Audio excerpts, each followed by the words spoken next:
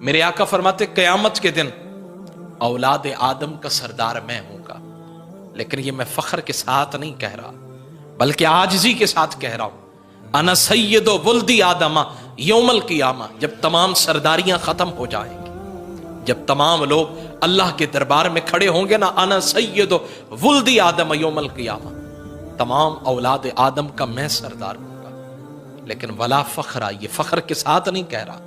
بلکہ اللہ کی بارگاہ میں تحدیث نعمت کے طور پہ کہہ رہا ہوں، عاجزی کے ساتھ کہہ رہا ہوں۔ میرے آقا صلی اللہ علیہ وسلم نے فرمایا قیامت کے دن لواء الحمد، حمد کا جھنڈا میرے ہاتھ میں ہوگا، لیکن یہ فخریہ میں نہیں کہہ رہا، اور میرے جھنڈے کے نیچے جناب آدم سے لے کر جناب عیسیٰ تک سارے نبی ہوں گے، اور مجھے اس بات کے اوپر میں اللہ کی بارگاہ میں فخریہ نہیں کہہ رہا بلکہ عاجزی کے ساتھ کہہ رہا ہوں۔ اور قیامت کے دن میں اللہ کی بارگاہ میں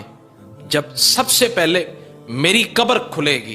زمین کو کھولا جب جائے گا، سب سے پہلے میں اپنی قبر انور سے باہر آؤں گا، لیکن اس بات پہ میں فخر نہیں کرتا۔ میرے آقا فرماتے ہیں پھر مجھے جنت کا جوڑا پہنایا جائے گا، اور پھر مجھے جنت کی دائیں طرف، عرش کے دائیں طرف کھڑا کیا جائے گا، اور یہ وہ مقام ہوگا جہاں کسی اور کو کھڑا نہیں کیا جائے گا، اور پھر میں رب سے مانگتا جاؤں گا، میرا رب مجھے عطا فرماتا جائے گا۔